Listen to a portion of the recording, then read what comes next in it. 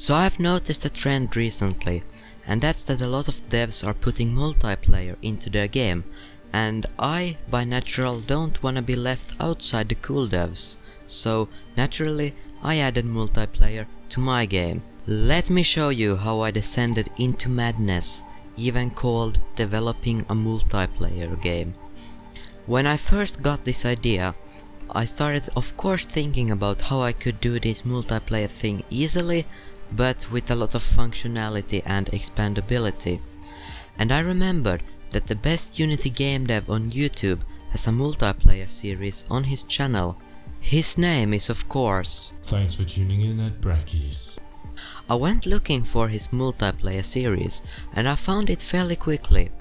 But when I was going to search up Unit, aka the networking framework he used, I was met by this screen.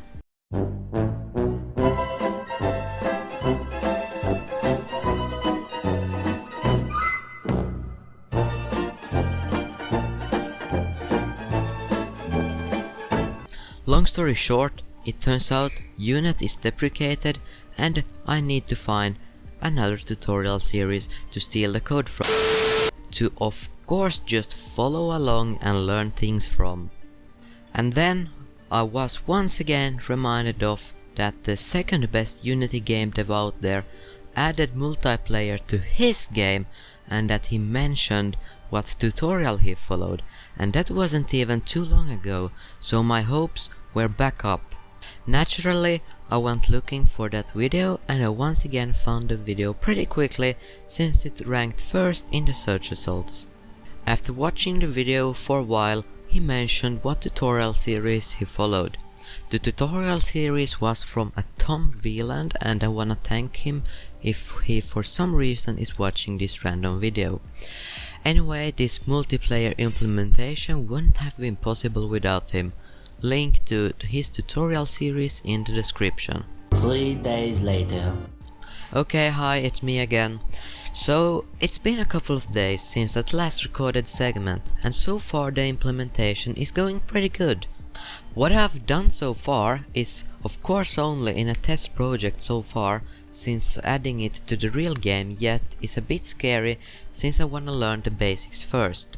But what I've done is that basically right now you can from anywhere across the globe connect to the server and move around as a being, as you can see on screen right now. The server is coded by hand and no framework is involved, so it's kinda cool, I'd say.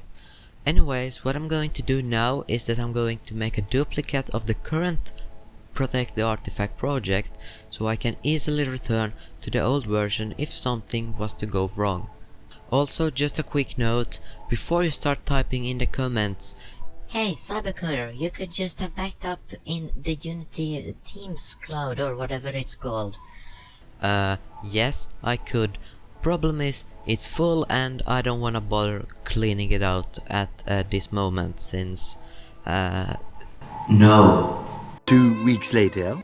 Okay, so now it's been 2 weeks since that last recording.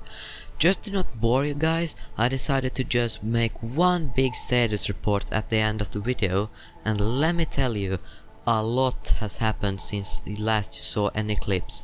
Let's break it down. So first of all, I moved the server code into Unity instead of keeping it as a console application as it was last time you saw anything. There's both good and bad things about doing that. I won't go into details, but just know that collision, position and everything with movement and collisions gets much, and I mean much easier when the server is in Unity.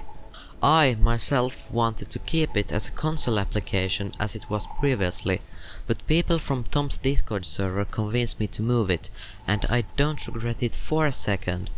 Anyways, we can launch the server by just building the Unity project as a server build.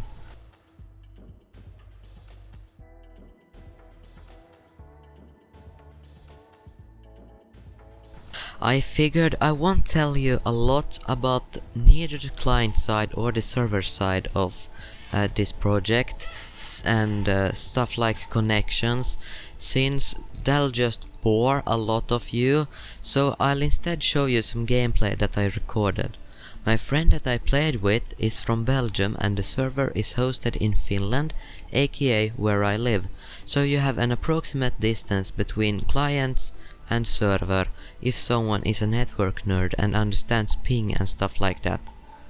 Just a quick mention here, everything you really have to do to connect to the server is launch the server and type in the IP as shown on screen and hit connect. Anyways, enjoy this short clip of gameplay.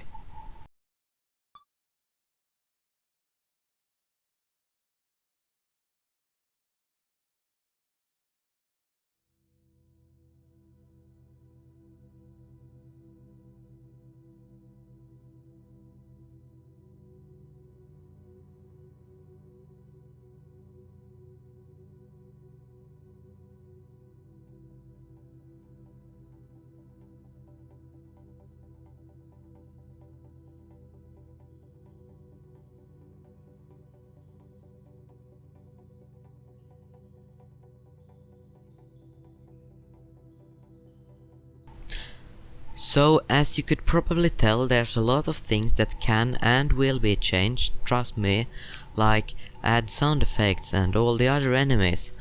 We also encountered some pretty major issues during some playtests. Not all should be added, so I know what's the problem there, but I'll go through the code and see if I can find something. I'll get them fixed, but I wanted to get this video out already since I haven't uploaded for like a month once again. But I still feel like I've accomplished a decent amount of progress for being me. You also probably noticed, if you watch my last devlog, that graphically there's been a few changes like improved lighting and new sprites. All the other changes that were changed in the multiplayer version was changed in the single player version as well.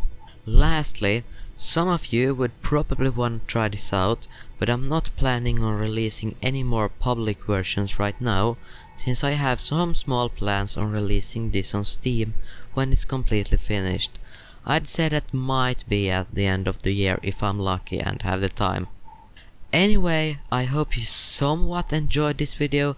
It took a long time to make, so a like would be appreciated. Also subscribe if you haven't already, and I'll see you in the next one. Take care everyone.